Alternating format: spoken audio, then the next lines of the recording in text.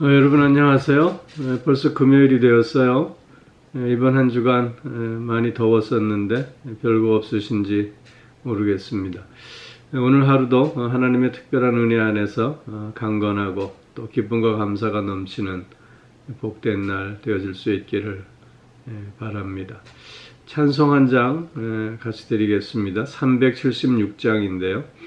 나그네와 같은 내가 힘이 부족하오니 전능하신 나의 주여 내 손 잡고 가소서. 376장 찬송입니다. 나그네와 같은 내가 힘이 부족하오니 전능하신 나의 주여 내 손 잡고 가소서. 하늘 양식 내게 먹여주소서. 하늘 양식 내게 먹여주소서. 수정 같은 생명수로 항상 되어주시고 불과 구름 기둥으로 갈 길 인도하소서. 나의 주여 힘과 방패 되소서.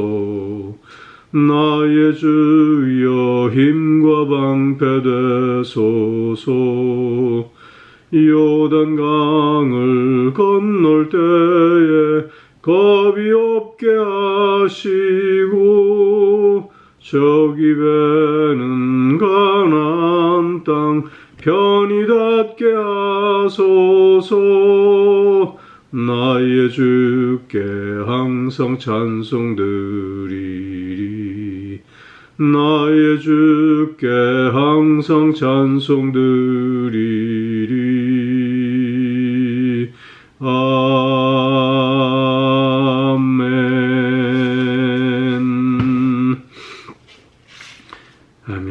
오늘 우리 함께 나눌 말씀은 요한복음 6장 1절로 15절까지의 말씀입니다. 여러분 찾으셨으면 다 같이 한 목소리로 읽도록 하겠습니다. 요한복음 6장 1절부터 15절까지의 말씀입니다.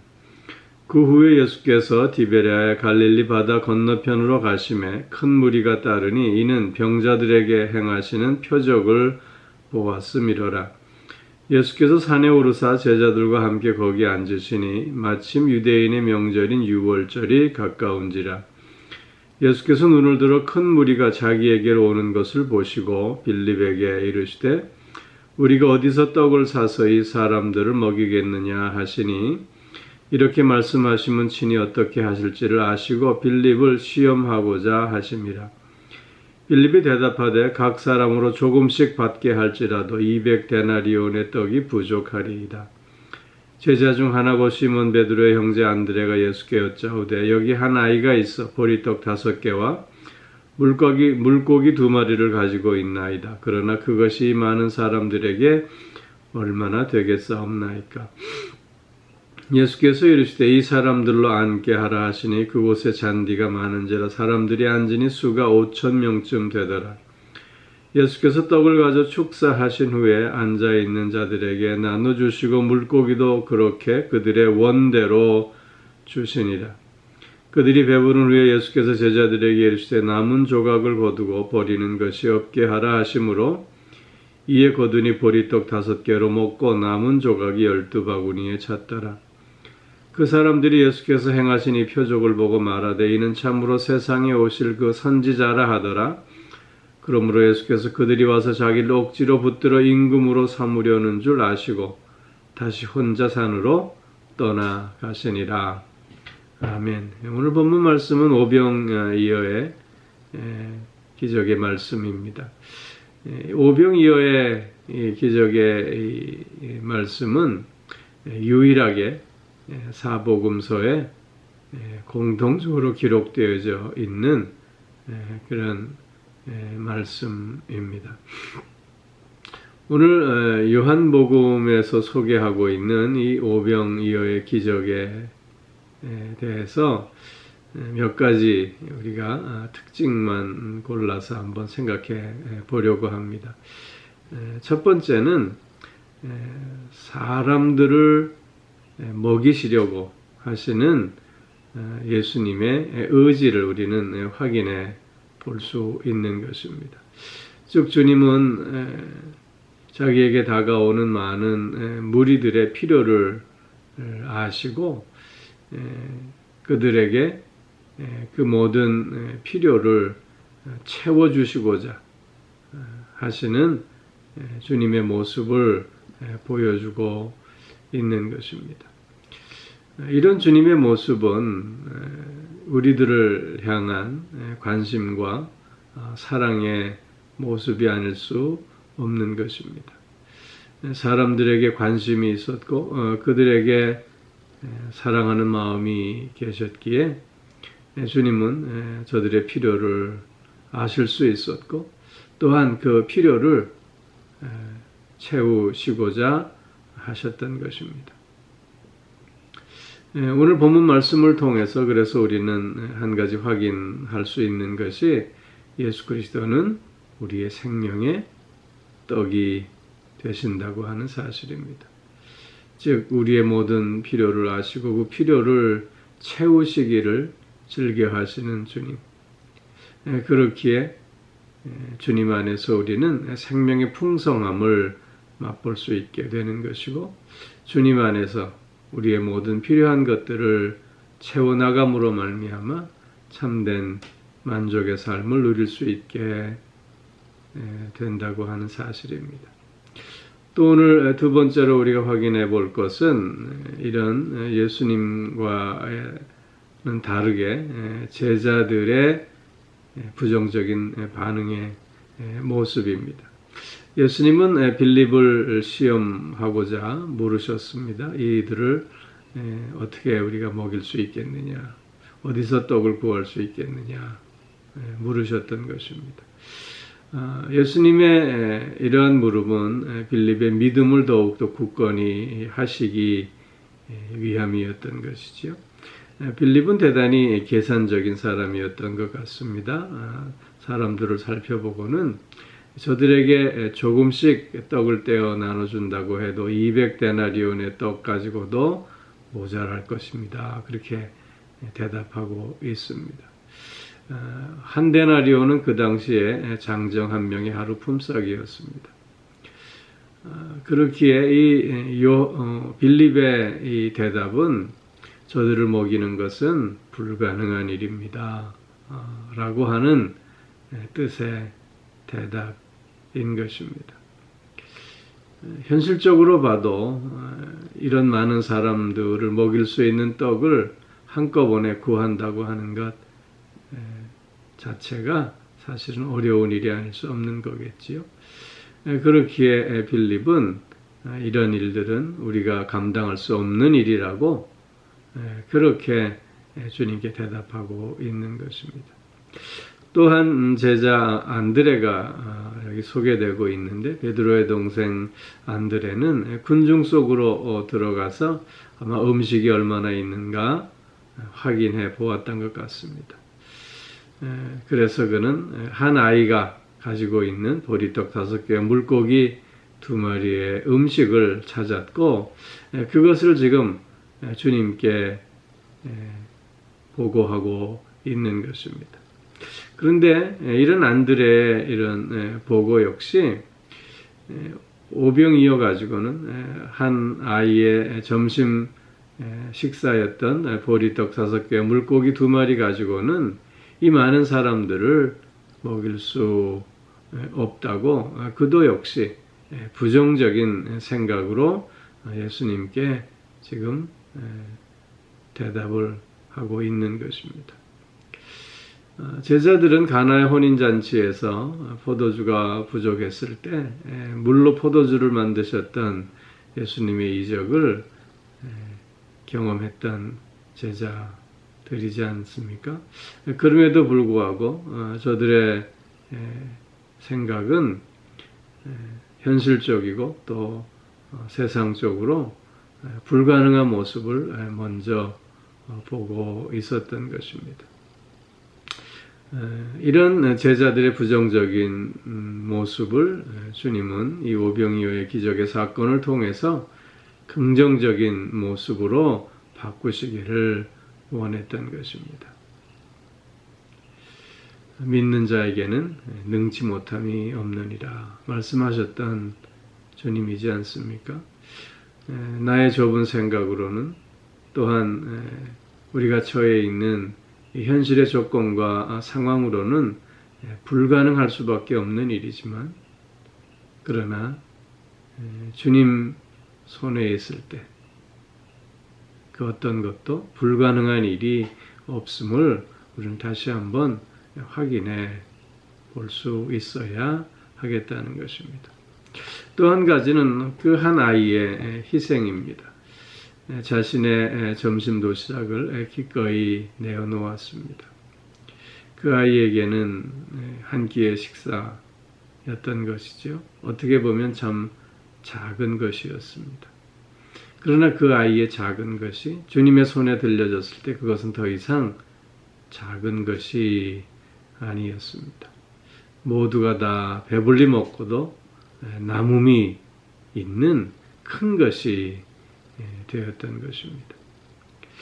이처럼 우리의 작은 헌신, 그것은 주님께서 그것을 받으셔서 사용하시면 그것은 그 어떤 것보다도 크게 사용하심을 우리는 확인하게 되는 것입니다. 그렇기에 우리는 작다고 주저할 이유가 없습니다. 나의 작은 것, 그것이 정말 주님을 사랑하는 그 마음에서 나오는 헌신이라면 주님은 그것을 통해서 놀라운 역사를 이루어 가실 것입니다. 그렇기에 우리의 작은 헌신을 통해서 주님의 이루시는 놀라운 역사를 확인하는 기쁨과 또한 감격을 맛보는 우리들이 또 되어져야 할 줄로 믿는 것입니다. 또한 오늘 본문에서 보면 그 이적의 내용과 결과가 어떻습니까? 빌립은 적게라도 나눠주기 위해서는 200데나리온 이상의 떡이 필요하다고 얘기하지 않았습니까? 그런데 주님께서는 원하는 대로 내어주라고 말씀하십니다. 부족함이 없었습니다. 오히려 12광주리가 남았습니다. 하나님께서 우리에게 주시는 은혜는 이처럼 부족함이 없는 너무나도 풍성한 은혜인 것입니다. 왜냐하면 하나님께서는 우리를 사랑하셔서 독생자를 주실 정도로 우리를 세우시는 그 일을 위해서 아끼시지 않는 그런 하나님이심을 우리는 또한 깨달을 수 있게 되는 것입니다. 주님 안에서 그래서 우리는 늘 풍성함을 얻게 되는 것이고, 주님 안에서 우리는 참다운 만족과 또 기쁨을 누릴 수 있게 되는 것이지요. 그렇기에 우리가 오늘도 하나님 안에 있고 주님 안에 있는 삶을 산다고 하는 것은 풍성함을 의미하는 삶임을 우리는 또한 기억해야 할 것입니다. 마지막으로 한 가지를 더 살펴보면 이 기적을 체험한 사람들의 반응입니다. 저들은 예수님을 억지로 자신들의 임금으로 삼으려 했습니다. 그것은 예수님을 통해서 당시 로마의 식민 하에 있었던 저들이 나라를 회복하고 새로운 메시아 왕국을 이루어갈 수 있을 것이라고 하는 기대를 가졌기 때문인 것이죠. 즉 주님을 왕으로 세움으로 말미암아 잃었던 영화를 되찾고 더 이상 지배당하는 삶이 아니라 이제 지배하는 삶, 더 이상 빈곤의 삶이 아니라 풍부의 삶을 살고자 했던 것입니다. 그런데 예수님은 저들을 떠나 홀로 한적한 산으로 떠나가시고 계심을 보게 됩니다. 왜냐하면 저들의 요구는 예수님을 정말 믿고 예수님의 뜻을 이해하고 따르려고 하는 요구가 아니었기 때문입니다. 예수님은 저들의 칭찬이나 저들의 인정을 받으시려고 오신 것이 아니라 저들을 구원하시려고 오신 것이기에 저들의 그릇된 메시아에 대한 생각에 주님은 함께 할 수 없으셨던 것입니다. 오늘 1절 2절에서 큰 무리들이 예수님을 따르는 이유도 병자들에게 행하시는 표적을 보았기 때문이다 라고 설명하고 있는데, 당시 예수님 주변에 많은 사람들이 있었지만 그들은 결국 예수님이 누구신지, 예수님이 왜 우리와 같은 몸으로 이 땅에 오셨는지 알지 못했고, 오히려 예수를 통해서 자신들의 꿈을 이루려고만 했던, 어떻게 보면 무지하고 어리석었던 사람들이었던 것입니다. 하나님을 믿는 믿음은 그래서 하나님을 늘 우리의 삶 속에서 하나님 되게 해야 한다는 것입니다. 즉 하나님이 늘 목적이 되어야지 하나님을 수단으로 삼는다면 그것은 믿음이 아님을 우리는 다시 한번 확인해 보아야 할 것입니다. 오병이어의 사건을 통해서 우리는 늘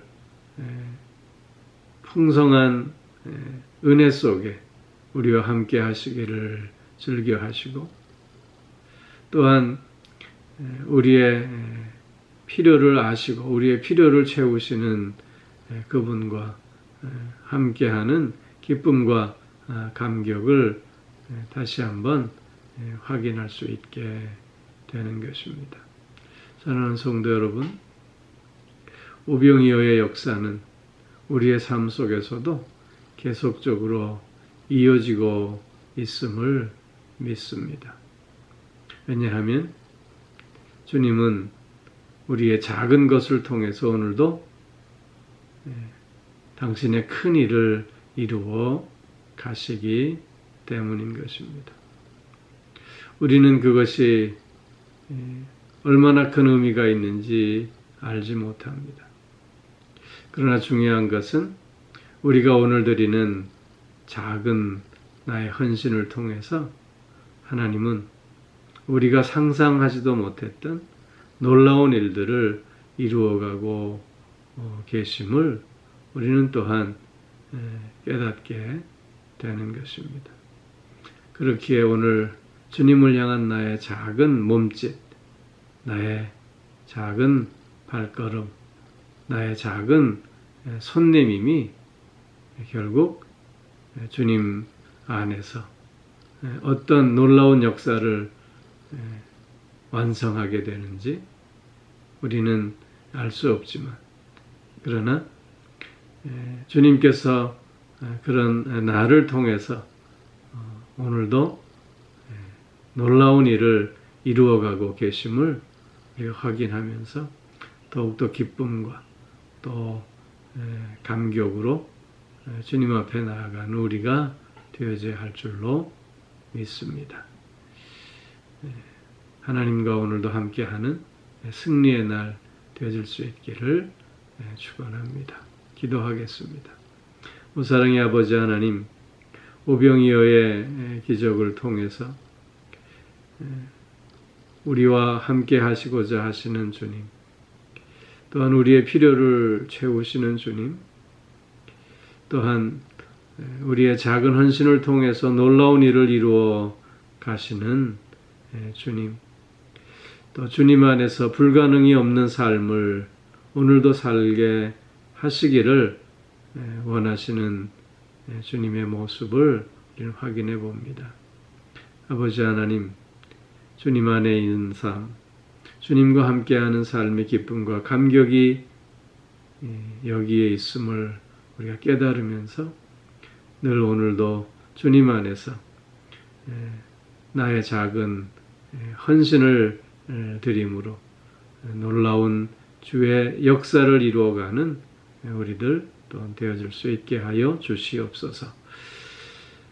오늘 하루도 영육간의 강건함으로 붙들어 주시고 우리의 가정을 지켜주시고 또 자녀들을 돌보아 주시며 몸이 불편한 이들 주님 치유의 광선을 쏘여주셔서 속히 건강을 회복할 수 있게 하여 주옵시고 또 마음이 상해 있는 이들 주님께서 어루만져 주셔서 새 기쁨을 가질 수 있게 하여 주시고 이런저런 다양한 기도의 제목들을 통해서 하나님의 선하심을 맛보아 알아가는 우리들도 되게 하여 주시옵소서. 삶의 다양한 문제와 무게로 힘들어하는 이들에게도 하나님 새 힘과 용기를 더하여 주시옵소서. 코로나 바이러스가 속히 극복되어질 수 있도록 지혜와 능력으로 함께하여 주옵시고 이런 어려운 상황 속에서 더욱더 믿음을 키워가는 우리들이 되어지게 하여 주시옵소서. 오늘도 주님 안에서 승리하는 한 날 되게 하여 주시고 이어지는 주말의 시간들을 통해서도 주님께 영광 돌리는 우리들이 되게 하여 주시옵소서. 감사드리며 우리 주 예수 그리스도의 이름으로 기도하옵나이다. 아멘.